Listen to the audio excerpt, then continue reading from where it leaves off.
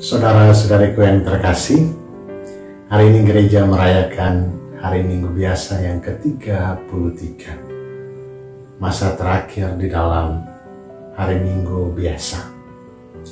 Bacaan-bacaan hari ini mengantar kita semua, terutama untuk merenungkan tentang akhir zaman. Saat berhadapan dengan suatu kesulitan yang ada di depan kita, maka akan begitu banyak tawaran yang datang atau diberikan. Jika kita memilih bertahan, maka kita akan menderita. Sebaliknya, kalau kita menerima tawaran dari yang lain, maka kita akan mendapat kemudahan ini dan itu. Disinilah posisi dilematis yang sering kita alami. Kita bertahan harus banyak berkorban. Kita memilih jalan lain, maka kita meninggalkan sesuatu yang kita yakini, dan tidak selamanya itu menjanjikan kebahagiaan yang kekal. Lalu kita memilih yang mana? Saudara terkasih, krisis iman seperti inilah yang juga dialami oleh orang-orang sejak awal. Krisis iman ini juga dialami oleh orang Israel yang setelah 50 tahun pulang dari pembuangan mengalami situasi pergolatan krisis iman yang begitu hebat.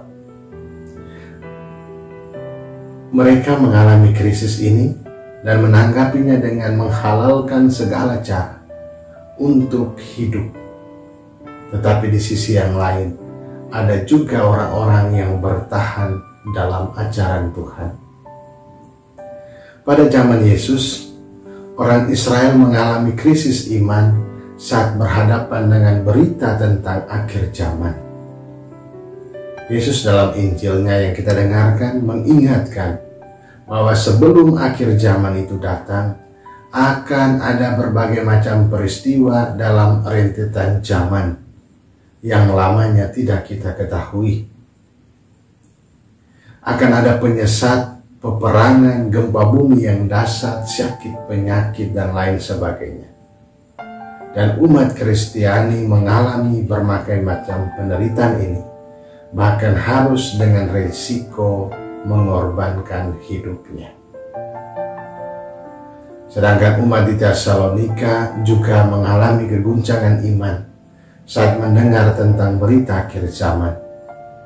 Mereka lalu membuat kesimpulan-kesimpulan sendiri yang tidak sehat dan menyesatkan. Lalu menanggapinya dengan hidup bermalas-malasan dan tidak tertib. Ketika berhadapan dengan kegamangan hidup, bimbang dalam membuat pilihan, lalu apa yang harus kita lakukan? Pilihan mana yang harus kita ambil? Dalam situasi-situasi seperti ini, ingatlah pesan Tuhan Yesus sendiri, bahwa Ia akan menyertai kita. Ia menjamin keselamatan kita. Berbagai ancaman tidak akan mencelakakan pengikut Kristus dan menghalangi penyebaran Injil. Berbagai tantangan tidak akan menyurutkan semangat kesaksian. Dalam Injil kita dengar bahwa ketika kita tidak mampu berbicara, Ia akan memberi hikmat untuk kita berkata-kata. Ketika kita mengalami penderitaan karena namanya, maka kita akan diangkat menjadi lebih tinggi. Untuk itu, kita percaya bahwa kebahagiaan orang yang teraniaya akan terjamin di tangan Tuhan. Rasul Paulus menyadarkan kita untuk terus bertekun dalam pekerjaan-pekerjaan kita. Ia menegaskan dengan mengatakan bahwa barang siapa tidak bekerja, janganlah ia makan. Karena siapapun yang bertahan dan bertekun, ia akan memperoleh hidup. Tuhan pun meminta kita untuk bertahan dalam iman, meski persoalan itu berat sekalipun. Karena kita percaya bahwa Tuhan akan menerbitkan cahaya keselamatan bagi yang segan akan namanya, dan akan melalap dengan api semua orang yang jahat. Saat ini kita mungkin sedang mengalami goncangan iman, tidak seperti orang Israel zaman itu, atau tidak seperti orang Tesalonika. Tetapi kita juga mengalami goncangan iman saat berhadapan dengan pekerjaan-pekerjaan. Mengalami goncangan iman saat menghadapi krisis dalam relasi rumah tangga.